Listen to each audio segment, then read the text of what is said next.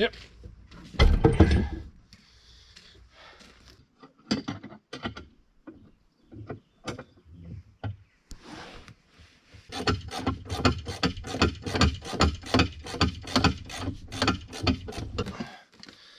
We'll get it on.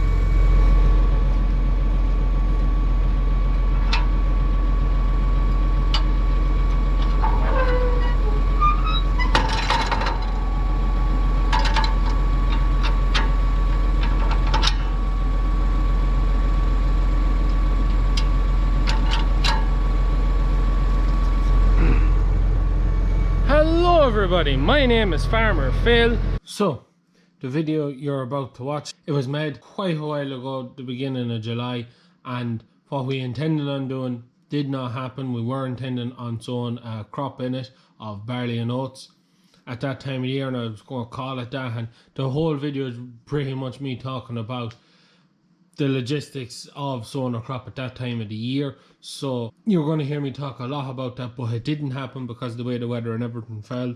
Just so you are aware of just so you're aware of when I'm talking about it. I'll leave it in, but it didn't happen. The weather bears to it, as the title of the video suggests. And at the very end, I'll throw in a little snippet of the next part of the video of that bit of ground when we got a crop of some description into it. It wasn't what we intended, but just to show you how ground conditions had deteriorated in the space of a month. We get into the rest of the video. And today we are going to we're going to start off by harrowing the field, but this video will be the sowing of barley and oats in July. Well, it's the beginning of July, so it's not maybe as bad, but yeah, it is quite late. And this is what we're going to be sowing. So this field, there's another little field out there, you can see yourself. It is a little bit rough and damp, but that shouldn't matter. That should nearly harrow up better than the flat ground, but we'll have to wait and see. It's all been mulched, it's as tight can be, sprayed off to kill all the weeds. The reason we're just going with the harrow, which is on the 6499, and we got the mud guard back on. The reason we're harrowing it is because from history of working the ground in this area, it tends to be incredibly stony, and we don't want to have the hassle of picking stones and also doing damage to the plough. So we're just going to harrow it. That's the plan. So maybe some of you are wondering, why are we doing this so late? This is a bit of ground that what's the best way of putting this? Is where a farmer approached us and wants to reseed the ground, but wants us to put a crop in it for the first year and then reseed it afterward. Therefore, we don't have to pay rent to the farmer, and then the farmer doesn't have to pay for the reseeding, bar he has to pay for the seed and fertilizer, whatever else he wants to put into it. But it's a win-win for both of us, because we get a bit of ground that doesn't cost us any rent, and the farmer then gets his reseeding done for the use of the ground for a crop. We've done it quite a lot, particularly when we used to grow a lot of tillage, back when we were 300 acres and 260 acres back in 14, 15 and 16. A lot of our ground was that way, where we either had it for a year or 2 years depending on whether we ploughed or not. But that's what this ground is. That's why we come to have it, and that's why it's a bit on the late side. And the reason it's, as the heading said, oats and barley, is because we're putting in what is left over of our oats and barley into the field. That's the plan anyways. It's what we've left over from the rest of our sowing. We always tend to have a bit over, and then we're putting it in. There's like 5 acres or 7 acres in it, so it'll be interesting to see how it does. we're not going to spend wild money on it. There's some chicken litter to be spread, or chicken dung to be spread on it. So they'll be coming up with the spreader and a tractor. Actually, our lad that drives for us with the 7718S, he's going to be coming up to load the dung, and my father will spread it. I have the drone with me, so we'll try and get footage of all that. We'll see how many cuts it has to do, and we'll get to it. But first things first, I want to turn on my active memory for harrowing, because I have all my presets from when I used this last. Win for me, but anyways, we'll get to this and get harrowing. See how this turns up. I may have to change some of the settings on the harrow, as there's been quite a lot of receding going on. As you can see, it's quite dusty. My father was receding last, and for obvious reasons, back window always gets left open. But we'll give this a cut. We'll probably cut this two ways, cut this way and cut that way, and see how it turns. It's not doing anything at the minute. Yeah, you see, this is going to be the problem with this. We'll have to cut it two ways or three ways just to try and get to break through that scrawl. That's just going to be our problem. Or what I might do is I might have to adjust some of my settings on the harrow just to get it that it'll try and cut that scrawl a bit more. But yeah, that's going to be the problem. But anyways, I'll be on and we'll try and get this done. So harrowing away, I have a nice chunk of it done there. I adjusted the harrow. Probably should have showed adjusting it, but I adjusted the harrow. I shortened the top link, pulled the front discs into the ground, try and really get it dug into it, and I had to start carrying on the draft because I was digging in that hard. But it's done the job, as you can see there. It's kind of hard using one hand, but that's not always the case. And you can see there, it is starting to brown. It's starting to turn up a bit on the first cut, which is what you want to see, because it means then when I go into when my hard didn't go down. When I go for my second cut, which I did a small bit at the far end, just going the same way, I just kind of lapped it. It really did a nice job. So if I hit it diagonals or crossways, I'd say 3-4 cuts, I should be out of this no bother. 3 best case scenario, 4 would be probably most likely. But it's harrowing up. I'm quite happy with that. That's doing exactly what I wanted to do for the first cut. Exactly what I want. So we'll keep painting on, and then we'll see. The next wheel is like a triangle, so that could be a bit more difficult, but we'll see how we got on. Well, we'll leave it at that for now. So we've rain on that. So we've just started the second field, and as you can tell by the windscreen, it has started to rain, which is great. Absolutely lovely. Just what we needed more of. But anyways, for the first cut of this, because the ground is like that, it's just like a scrawl, it's grass forward or what's left of it. The first cut's not going to make any difference. The wheels, everything will stay clean. We'll have no bother with traction. Actually, the ground, you can kind of see just from some of that clay I turned up there, it's actually very dry, or like for this ground will be considered, you know, wet enough ground of a normal year.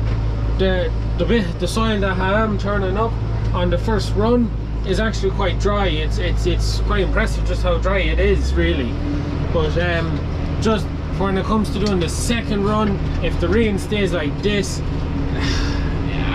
I don't know, I could turn into a bit of muck. It could be hard to get traction, and mine just chop very well.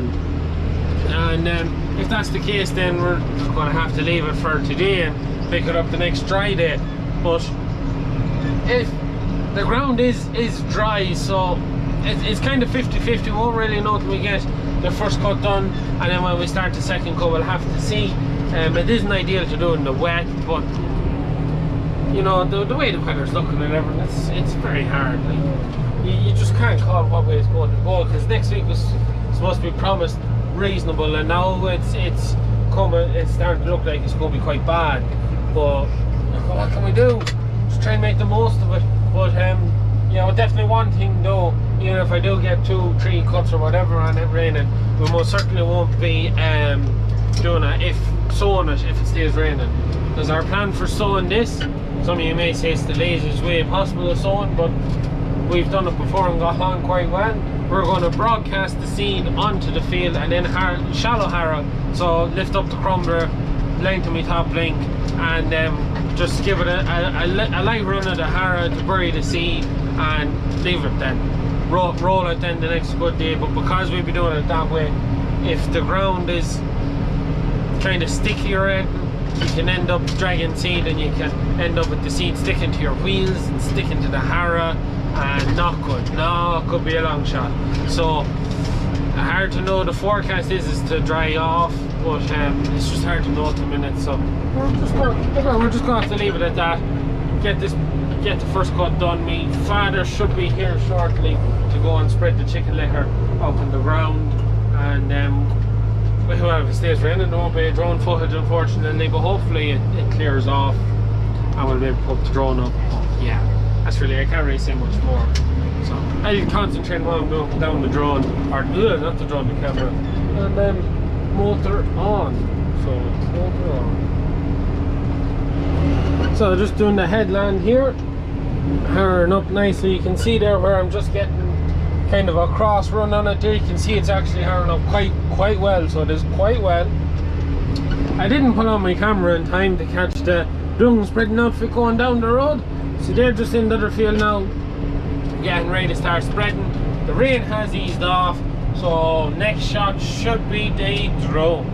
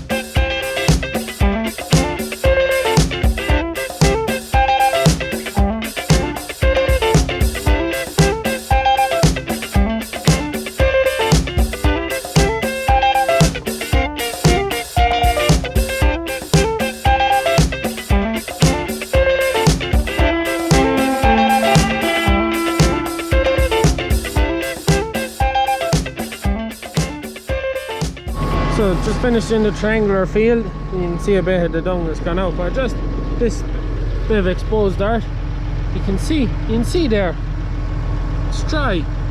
Like, look, there's moisture in it. It's not drought dry, but it's ferocious dry. With all the rain that has fallen, like, that's still crumbling up. Like, you know, when land is wet, it all just balls. It goes real mucky and clay. But that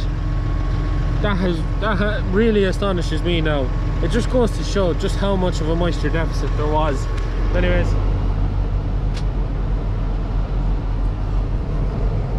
So now everyone, that is it. That's all I'm doing today. I was talking to my father, and he says it's just gone a bit too sticky and to leave it, and we've some bit, tomorrow's a dry day, we have a good bit of baling on, but hopefully we'll get it finished in good time, and we'll get back up here, and with the days drying, hopefully now it'll give this a good give it a chance to dry out, and we should get a good job done on it. That's the plan anyways.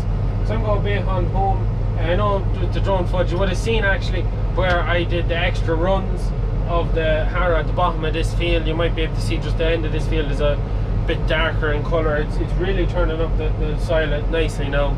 But anyways, that's really it. There's no drone footage of that, but tomorrow I'll get drone footage of the harrow working. But anyways, I'll be on home and we'll pick this up again tomorrow when we'll be harrowing and sowing, and yeah, pick it up tomorrow.